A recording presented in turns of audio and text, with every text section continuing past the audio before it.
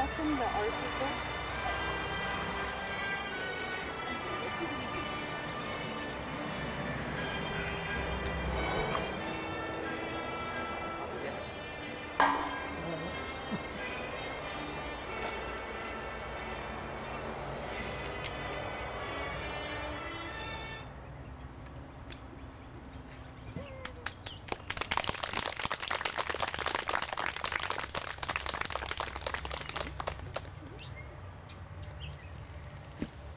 Hi, it is my great honor to welcome you to the 30th Hiland Hall School graduation. I'm going to turn it over to our MC, Crain.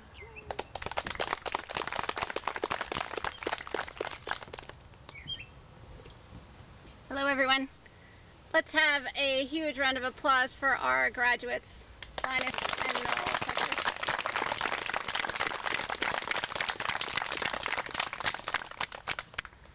And then please welcome up our founding teacher, Jessica Howard.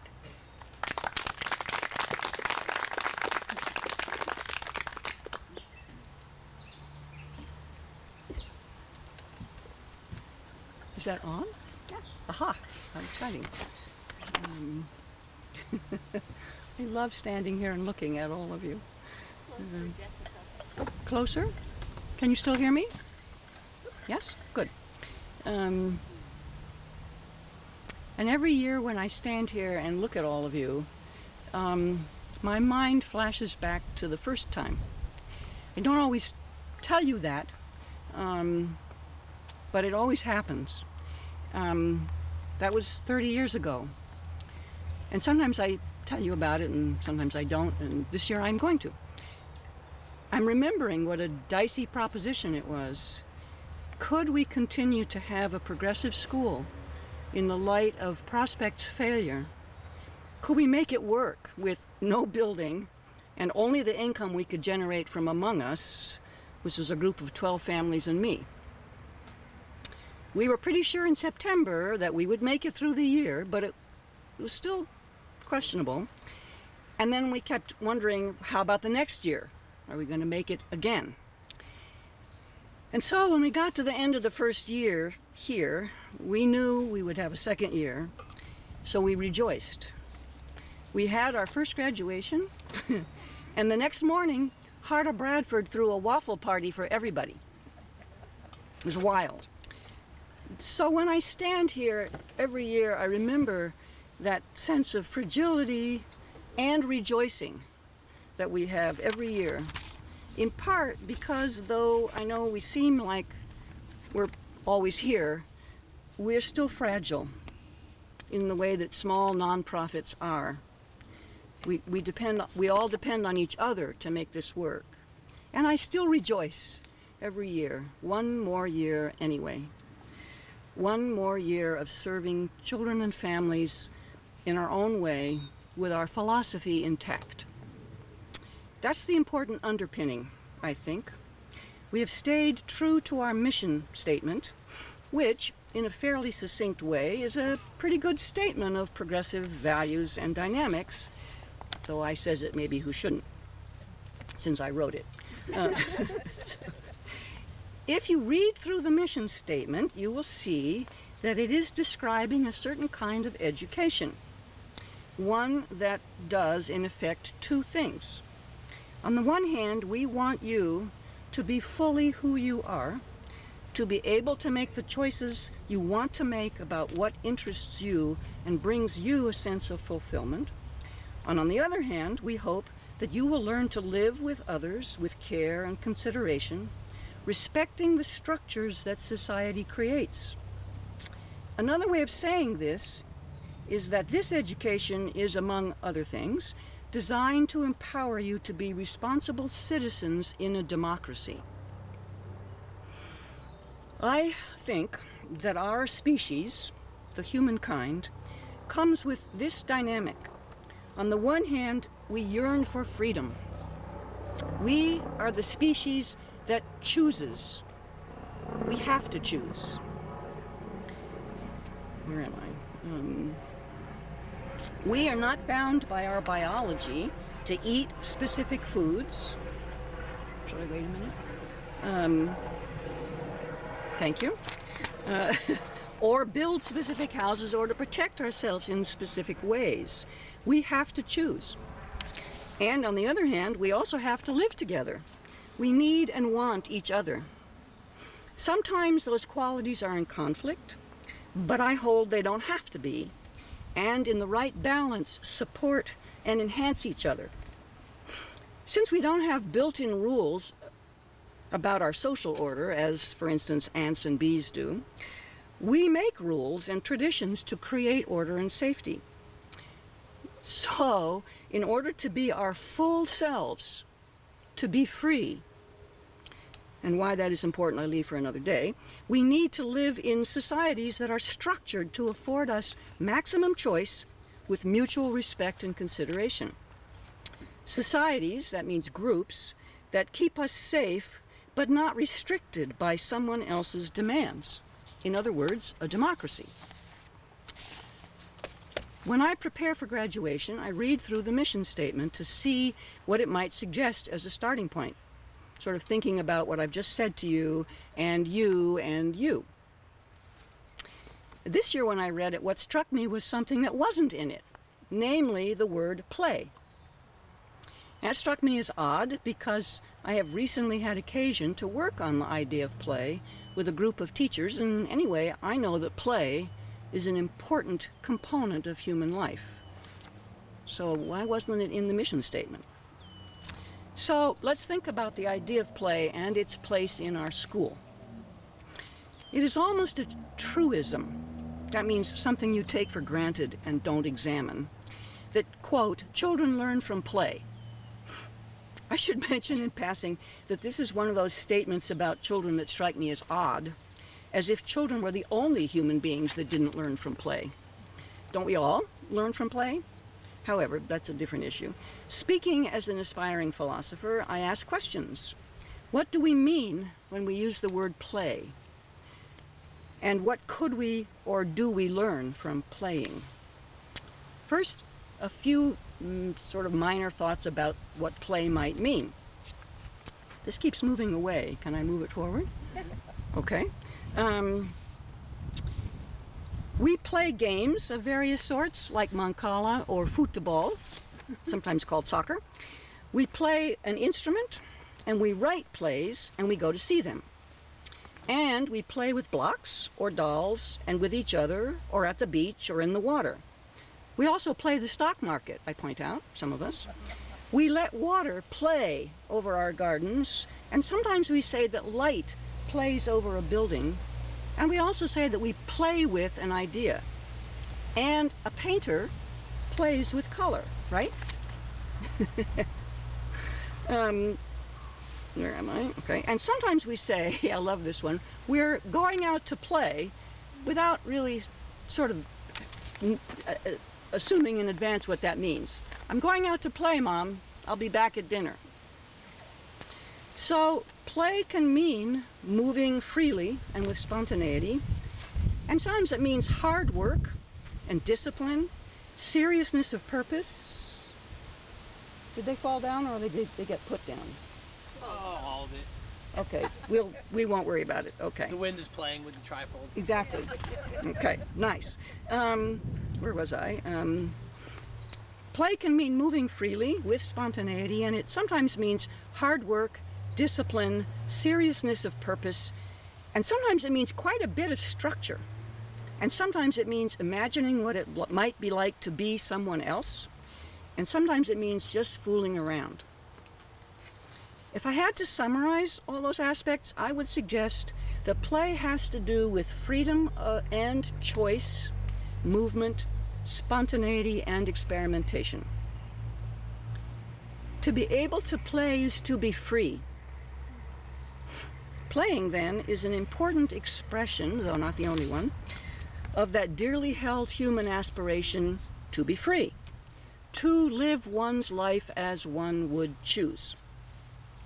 But, since your freedom might be somebody else's barrier, note that often play also means rules, structures, boundaries, In a microcosm, the ideas held by the word play reflect that basic human dynamic I was talking about.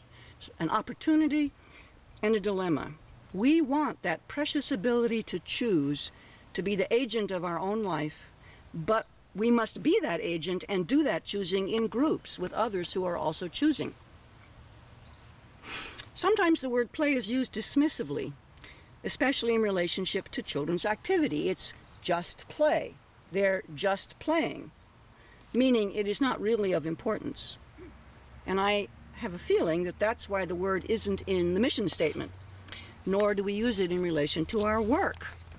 For instance, activity time is sometimes miscalled by visitors as playtime, and it's sometimes followed by the question, when do they do their work? As if activity time didn't involve pretty hard work. Think back to your own experiences as a child, you guys that aren't children anymore, and remember the times when what you were playing or just playing involved serious thought, pretty hard work, negotiation, and perhaps seemed to have more reality than the rest of your life. And I know it felt like that to me. Sometimes what I went out to play was the most important thing in my life, and I worked really hard at it. Fully thought through, it becomes clear that play does not mean frivolous, easy, or unimportant, but just the opposite. The activity of playing is serious, hard work of great importance, though it brings us joy and great satisfaction. When we play seriously, we are working, thinking, problem solving, experimenting, negotiating, creating group structures, as well as new ways of being ourselves. That's what recreation means, to recreate yourself. We can explore what it means to be an other without losing ourselves, and best of all, we feel free. So, a rough definition of play at this point might be a freely chosen activity, chosen for its own sake, because it is interesting or pleasurable in some way, that allows both for spontaneity and social structure of some sort. So, do we play in our school? Yes, I think so. Activity time and outside time are the points in the school day when students have maximum choice of activity, and hence can be thought of as, in some sense, playing. Again, we don't call it playtime because that seems to mean it isn't important, but it is a time when play happens, based on the definition.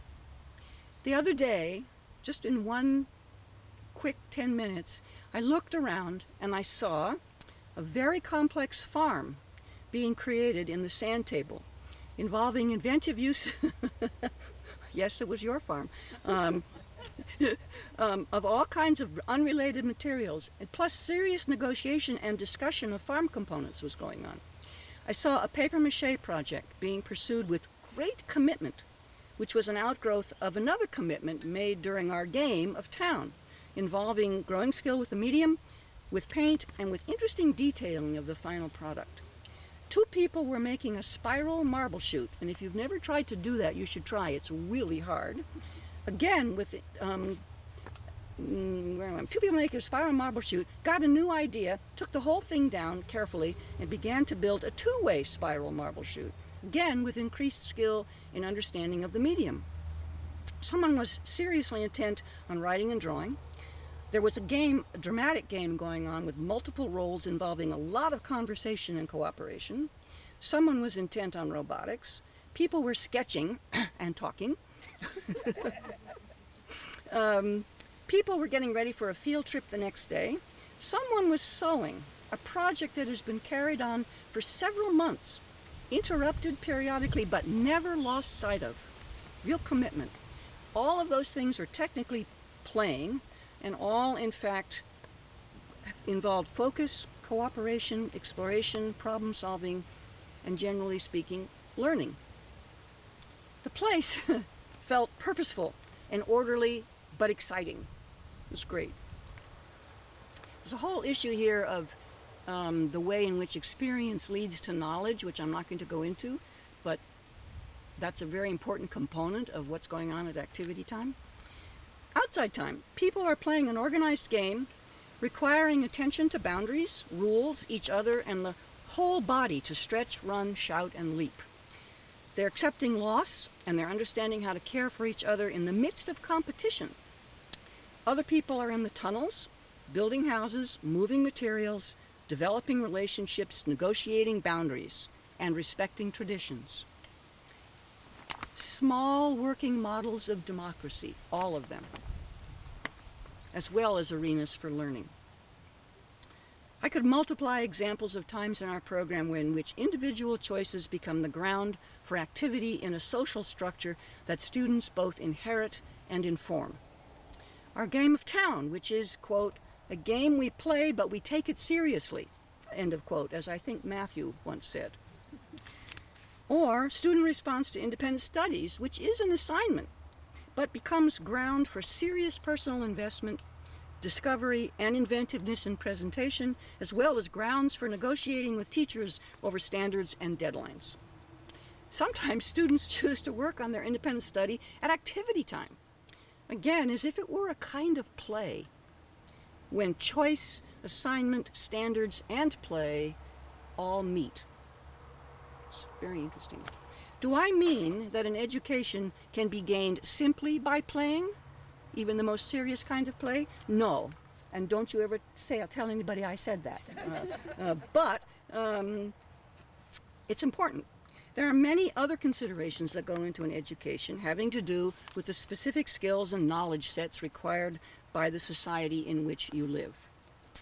Also, it is important to note that the playing I have described, the activities noted above, are taking place with teachers who are also playing, who are providing materials, guidance, context, and support. Nonetheless, I'm struck by the way in which playful activity so guided gets us closest to what I consider one of the most important outcomes of an education. People who know what their interests are, pursue them with skill, and who can live freely and respectfully with others.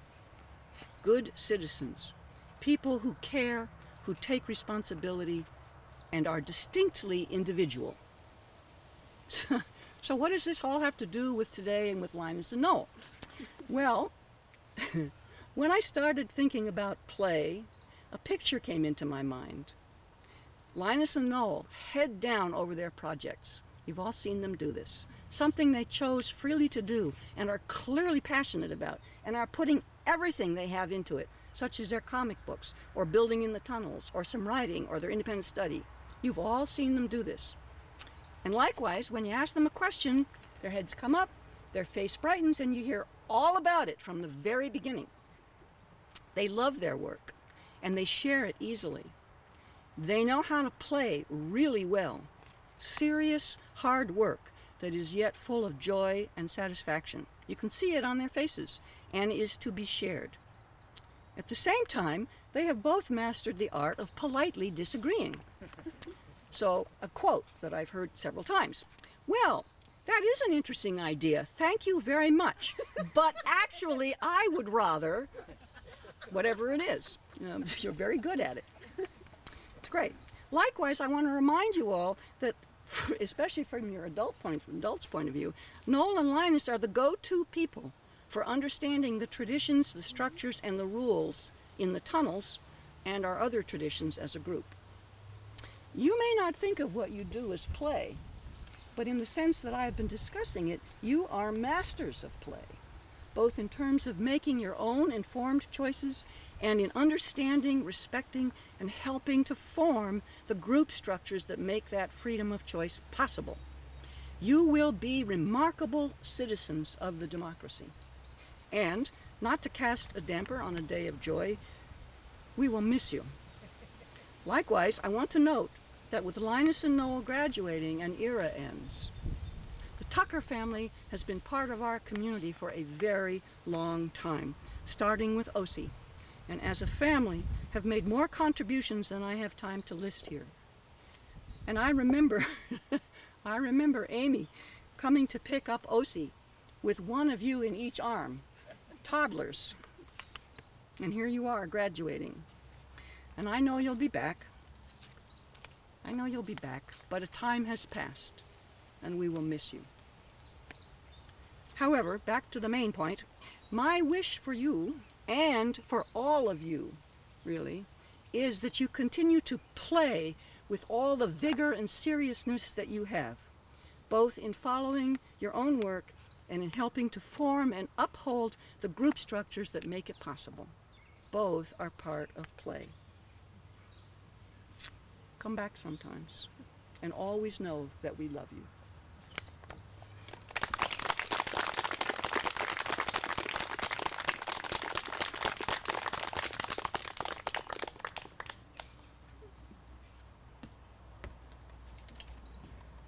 Thanks, Jessica.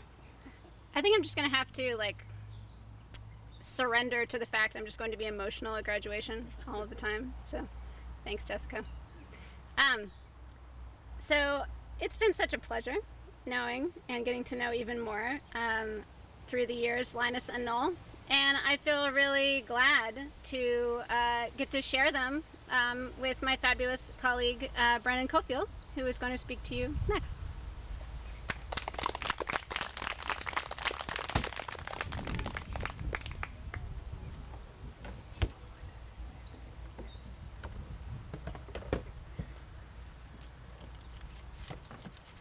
Get out my... I told Zoe, I'm just writing down some of my notes. She looked at my screen, I'm like, yeah, those don't look like notes. I'll probably say most of this. I'll forget some. I'll add in other stuff that floats in from the tunnels. But, you know, much like with parent-teacher conferences, I really set out to think about Linus and Noel as like the individuals that they are. Like neither of these two gentlemen are defined by the other. They are each their own person through and through. But I do find that when I go to describe one, it makes me think of the other. So it's like a true yin and yang, a perfect balance. So I'm gonna bounce around talking about Linus, talking about Noel, talking about Linus and Noel. And like Jessica said, and I'm gonna cry, and I just own it. Like, people only think crying is when you're sad. It's also when you're really happy. So, you know, let them loose if that's how you're feeling. But Jessica said, like, the caretakers of our traditions, and like the anchors of our school. So like last year I talked about this connection I felt with like Oliver and Percy and Beth, like, because they were the first middle schoolers I had my first year at the school. So like when they got through, that was really cool. But like my coming of age as a teacher has been with these guys and their coming of age. Their middle school experience was so weird. Like all these traditions they watched for 9 years like happen and get built that they carried all got like tornadoed. Like their first year of middle school. Like that's, you know, kids who are here know like how much you look forward to this stuff. And like the grace and aplomb, and like I never used that phrase. It wasn't written down. I just thought of it.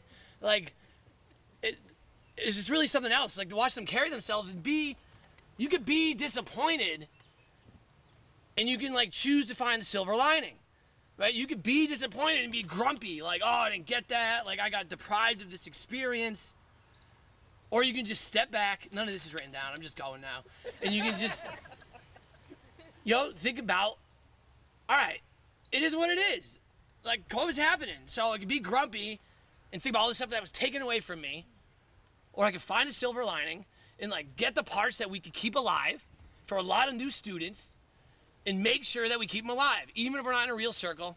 Even if we don't get to do Thanksgiving lunch the same way. Like, they still taught you guys how to set it up. Because it's coming back. It's all coming back. Just like you're going to come back. And we really needed you guys to like remind us of that and like keep those traditions alive. So I have this special link to these guys when we talk about the anchors of our school. They didn't have the normal experience. Like COVID, year 1, like crashed out, like no camping trip.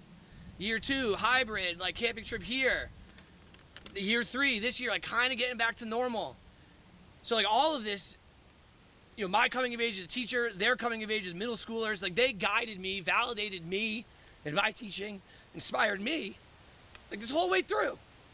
Like they linked together all 9 years of their experiences, like this environment, the standards, the traditions, the stories, the folklore, the vision of our school. And they kept it all alive and on display, and like they lived it like every day. I'm really appreciative for that. Like the tunnels, like I was joking on the way, I'm like, oh, we should have just got everybody in their house in the tunnels. It's the biggest property in there. It's well maintained. We all could have fit. That would have been really cool. But they probably would have been like, Brennan, that's not the tradition. Like, we're not gonna reinvent the wheel right now. Like, this is how we do it. We need to build a podium. We need to have the black box. Like, it's really nice that you would let us do this, but this is how it's done. So we're out here. They could have felt cheated out of these moments, but they didn't. They kept the positive perspective. They made the most of each moment. They found those threads that keep all these connections alive that we always point out. It's not math, it's not history, it's not English. They're all threaded together. Just open your eyes. You all see it differently, but everybody can find a thread that links every single thing that we do, every single thing we talk about. If you want to find a thread, you're gonna find a thread. And these guys did that all year.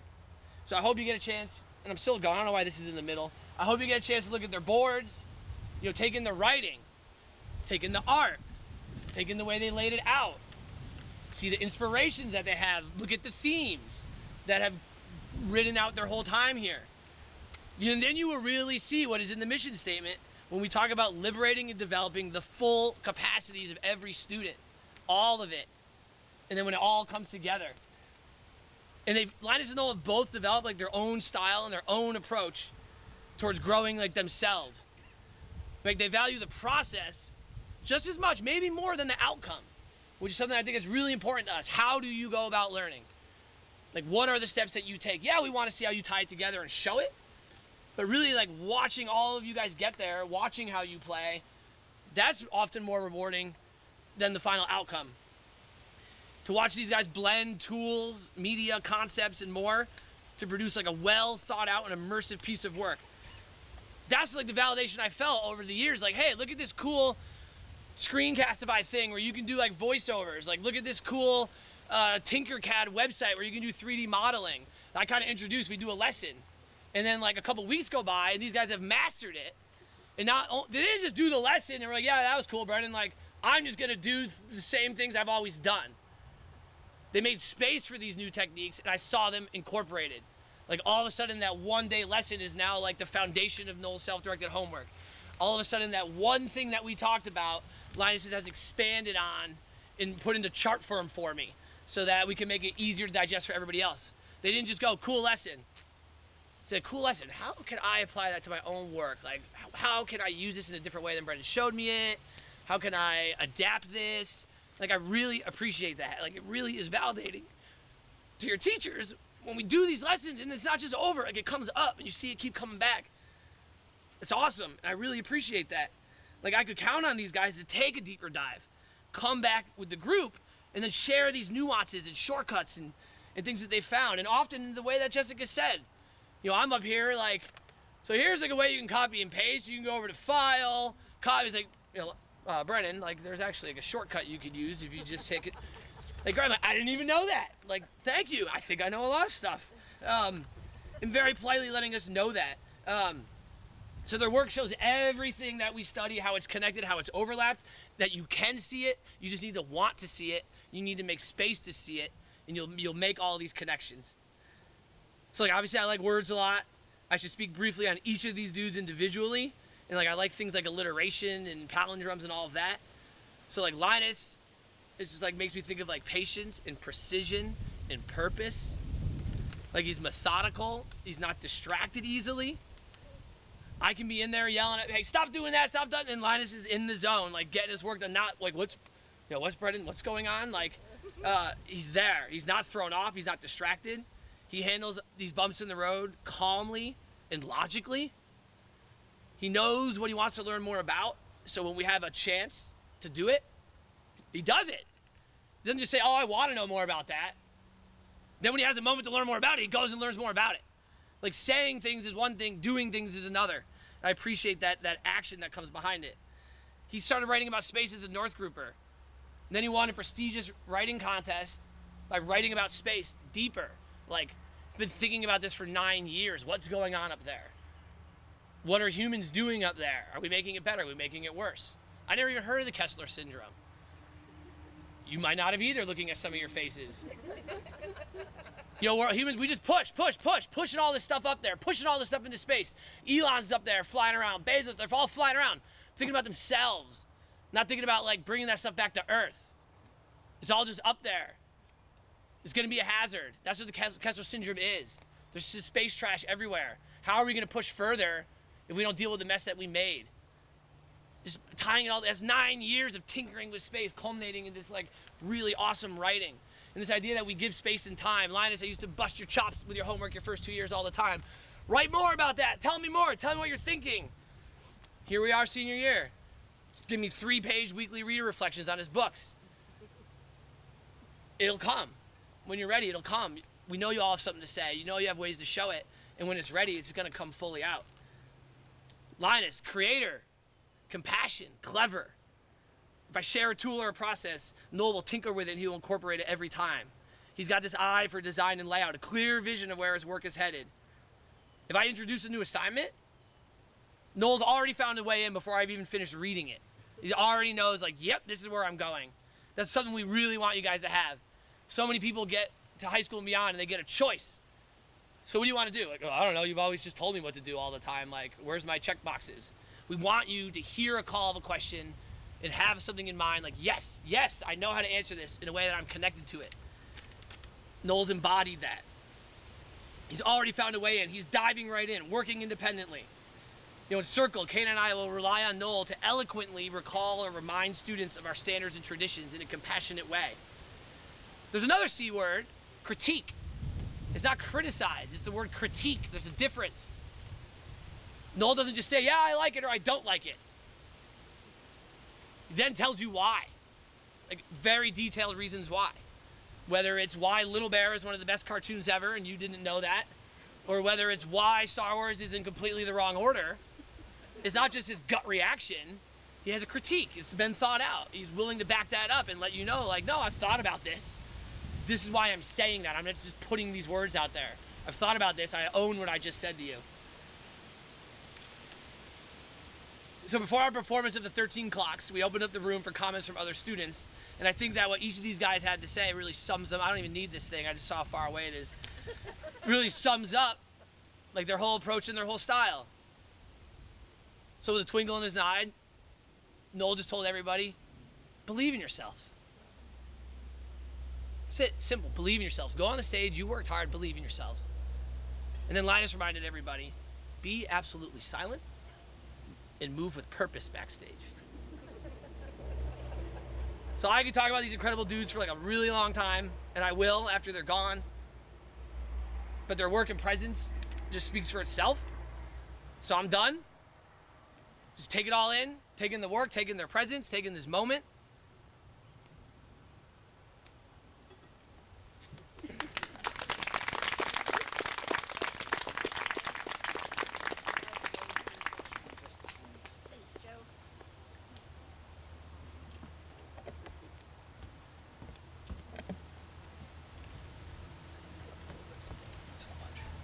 This will give me time to blow my nose. Thank you.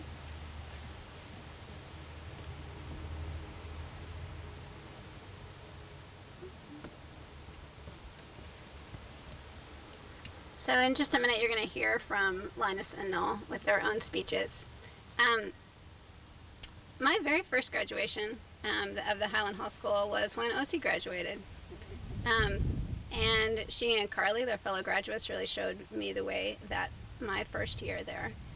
And after OC graduated, I was like, whew, at least we got Linus and Noel for a lot more years. And now here they are graduating. When I think about our school and the kind of students that I get blessed to teach, I think about Linus and Noel and how I really feel that they're the epitome when I read the mission statement. I'm like, yeah, this, like, really good students. I talk about them a lot in that way. But they enjoy studying and play and do it with a seriousness, but also a joy. And we're gonna miss you guys a lot.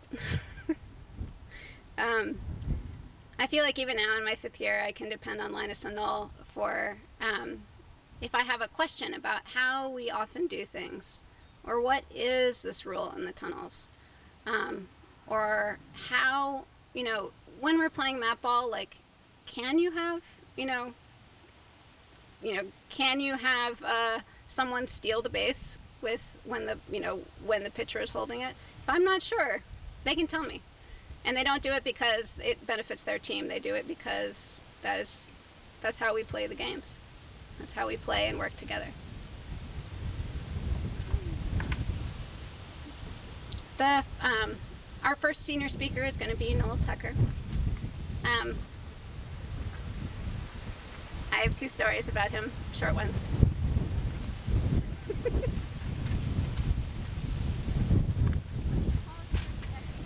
We're pausing.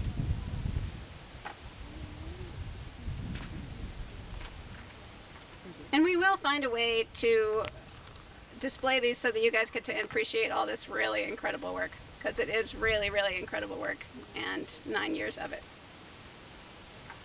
Linus, your speech is right here. So we're reading The Alchemist, and one of you guys just become the wind for us right now? Yeah.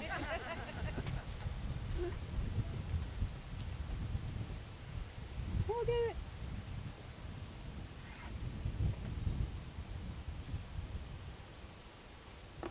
No thunderstorms, though. No thunderstorms at the picnic either. We are blessed. Hooray.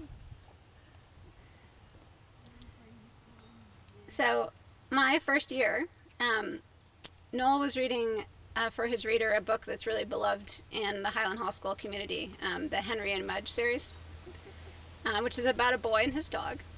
And in the very first book, the dog gets lost. And Henry needs to go and is very upset about not being able to find him. And at the end, we always do a reader reflection, and they get often longer and more detailed, and I ask students to really pull as they get older. And, and Noel being one of my South Group students, I was really asking him, I was thinking, we could really do an in-depth reflection on this. And so the prompt was, well, what do you think the theme, or what is this story really about? And Noel wrote, "This story is about love. It gives me a warm feeling." And really, there was nothing more else to say about that book. And my other is that whenever I am explaining something that can be kind of complicated in school, like an eclipse, or the scientific process, or how stars are formed, I think about it, and usually and I explain it, and usually I feel like I do, an all right job. And then Noel will raise his hand and say, "Quena, if I could just add." And then Noel will give the most beautiful, straightforward explanation of these magics in our universe, and I'll think to myself, wow, I wish I had said it that way. So here is Noel Tucker.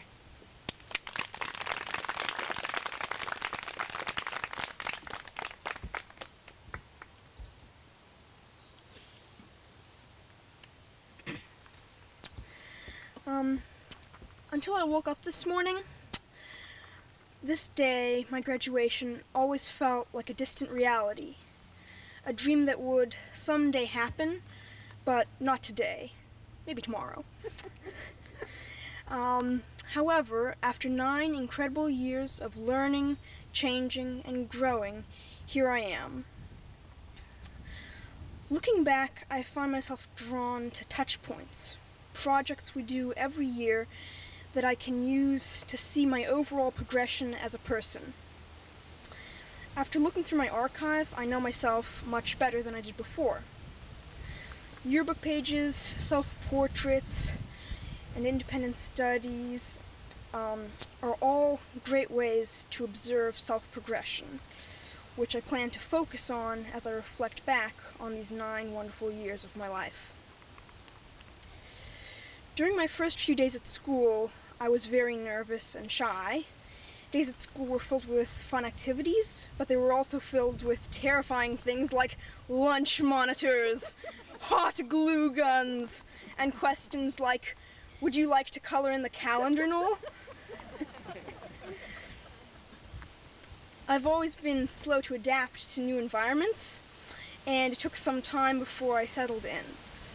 I made several promises to myself that I didn't keep, including I will never use a hot glue gun, I won't do any job except scraps, I won't play the big game unless it's a tag game. One by one, these promises to myself fell away, which allowed me to step out of my comfort zone and more fully enjoy going to school. I had a lot of fun working on my self-portrait. I loved being creative and making things, especially drawing, but I had never tried drawing myself. Despite using up several red markers, I was still very impressed with the result. Another project I had fun with was my independent study. At first, the concept seemed daunting, and I refused to do one. However, I eventually agreed and decided to learn about the Bennington Battle Monument. I learned how Hiland Hall is the main reason its design is the way it is today,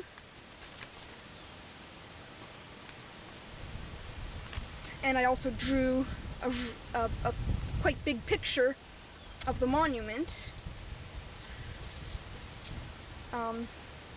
I had a lot of fun, and to this day I've been busy concocting new independent study ideas, which I've only gotten to do 9 of them, because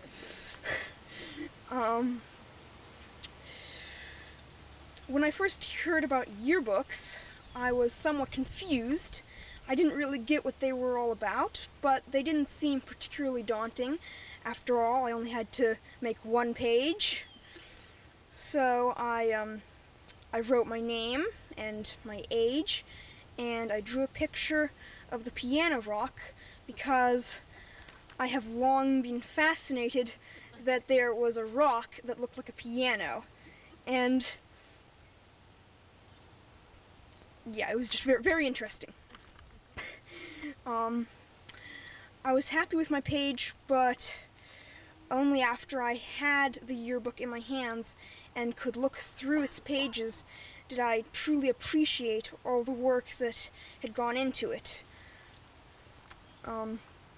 My first yearbook soon had me planning new exciting layouts for my future yearbook pages, which also I only got to do 9 of those too. Over the years I have added several recurring images to the background of my yearbook pages, easy to spot if you line them up all together. The most obvious one is having the piano rock be the centerpiece of both my first and last yearbook pages. Over the years, my art has progressed. This is evident when looking through all my self-portraits. It's fun to look at them all and see how year after year each image looks more and more like me. In fact, if I had a pencil and paper with me now, I could draw a fair picture of myself from memory, probably. My North Group and South Group years allowed me to adjust to my new environment and served as a great learning experience, preparing me for middle school, which has been equally fun and at the same time a completely different experience. My first year in middle school was very much like my early days. My first day in middle school was very much like my early days of school, with a similar experience of excitement and nervousness. The main difference this time was that I had been in school for 6 years and knew all the students. I was less nervous and more adaptable. My time in middle school has been a great experience. I got to expand my horizons and learn more about the world and about myself. One of the greatest challenges we have all faced over these last 3 years has been the COVID-19 pandemic. It's been a huge challenge, but we have all persevered through it and are stronger than before.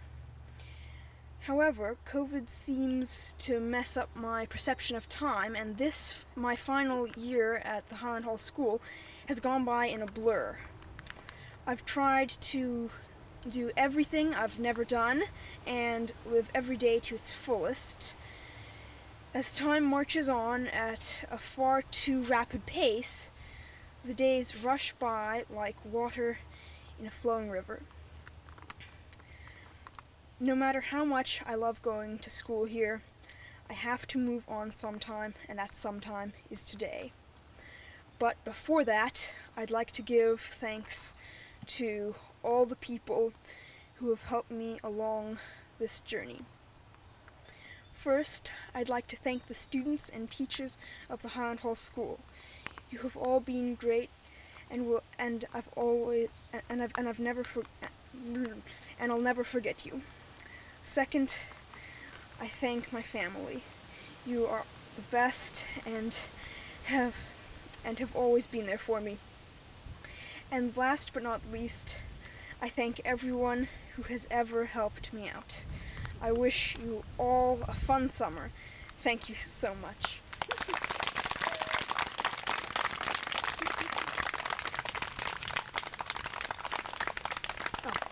And Brennan, we wouldn't all fit inside my house, by the way.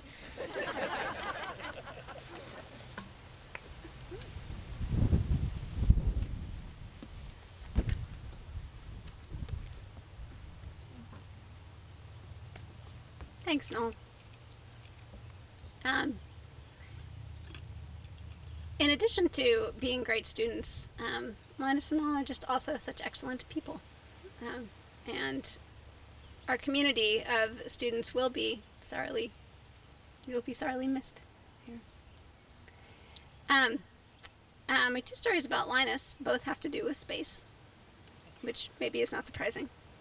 As Brennan mentioned, in Linus's days of writing and drawing, he wrote about space continuously, and there was always they were called the space books, and there's bad guys and good guys. And when Linus was showing me a particularly epic battle amongst the good guys and the bad guys, he looked at me and he said, "I know you're going to ask me what makes them bad, Quena. I know that I should have a reason, but it makes the story much more interesting." And my second story is, I have the pleasure of teaching the upper students in math.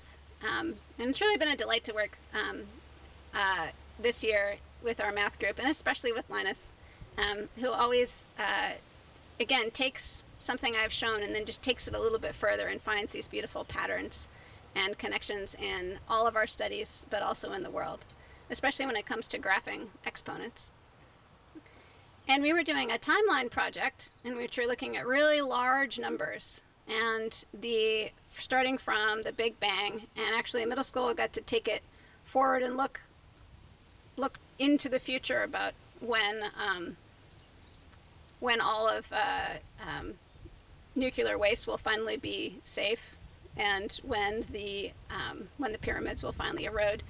But we're looking at it, and we're looking at the past, and another student called me over and they said, "Quena, what does this event mean right here?" And I was like, "I'm not totally sure. You know, it's really interesting, and, you know, we like to admit when we don't know everything." And I was like, "Oh, I'm going to have to look it up." And in the meantime, everyone else was, people were making a list of the top 10 most important events on the timeline. And we were sharing out, and this one that I had not known about, and at this moment I meant to look it up, but I can't remember what it's called. Linus raises his hand and he says, "Well, I actually think that the most important event in this history is this event," which I think it is actually, Linus, correct me, is when the gravity of the universe tipped its scale and the universe continued to expand rather than contract again. Do you remember what that's called? Yes. Anyway, Linus knew exactly what it was. And I did not, but he was able to explain it in this, again, a really beautiful way. And I learned something new that day. So here is Linus Tucker.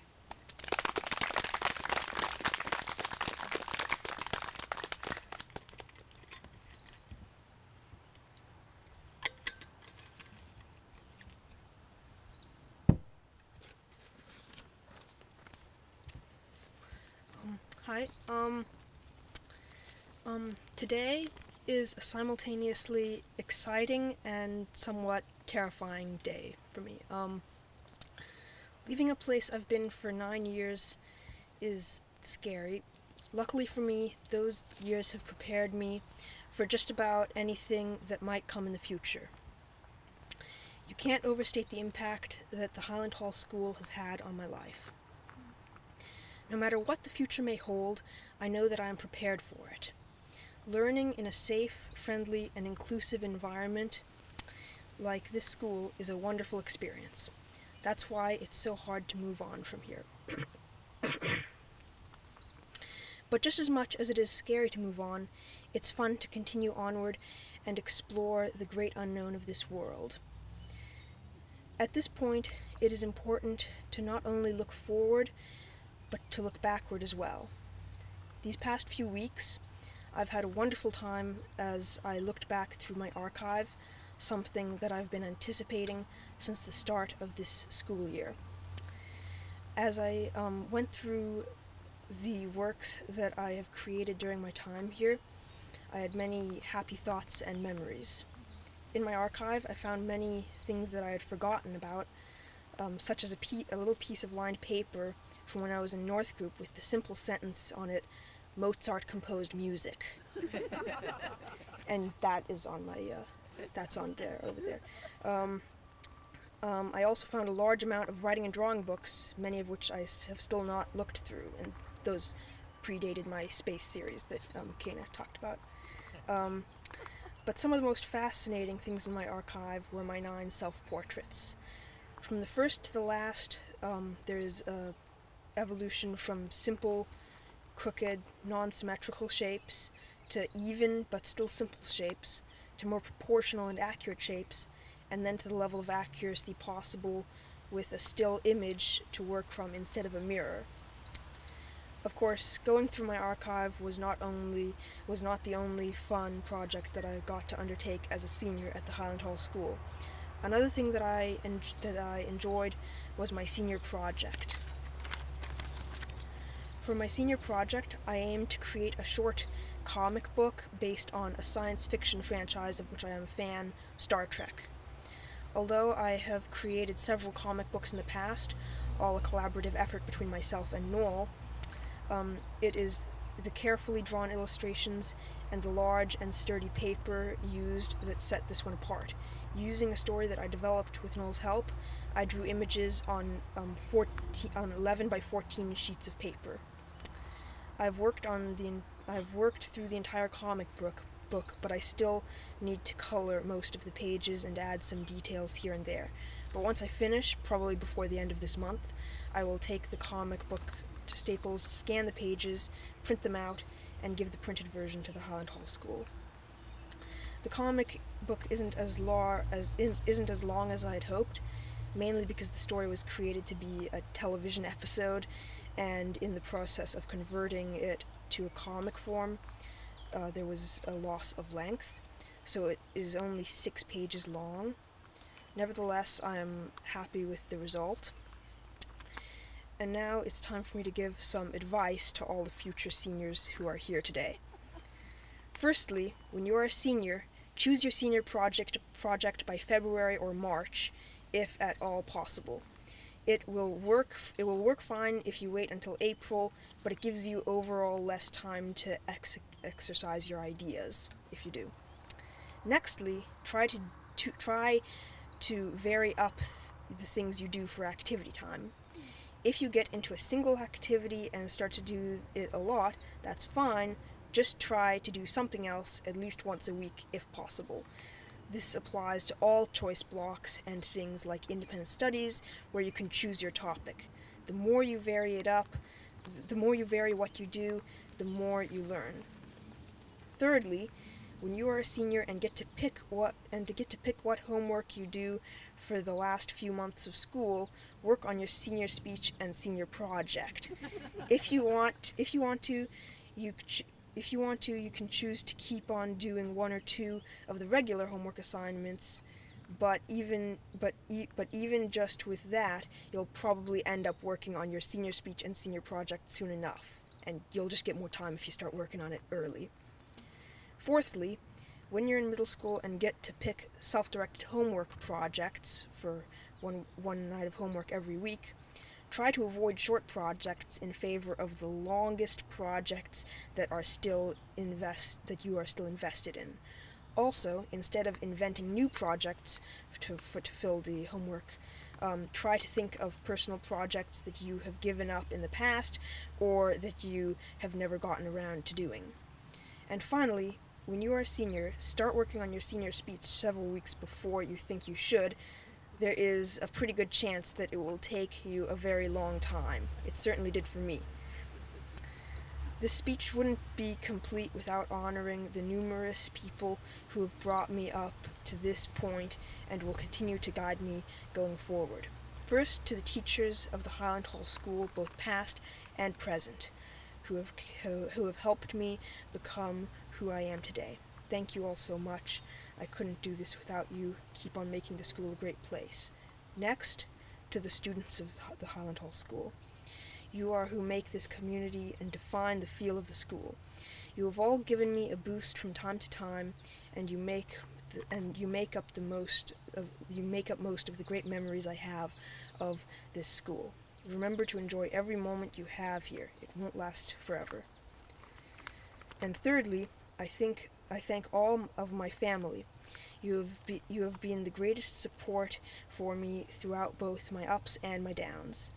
I give all of you my deepest thanks. I truly could not have done any of this without you, and you make it all worthwhile. And to everyone else who has given me a helping hand, thank you all.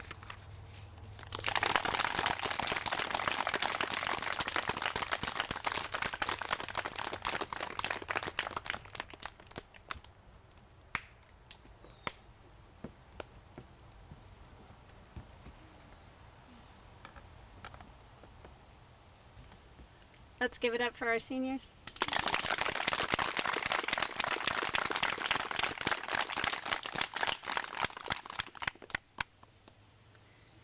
We're going to hand out the diplomas next, upon which you will no longer be seniors.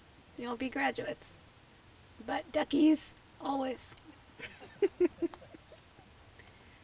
To Linus Tucker.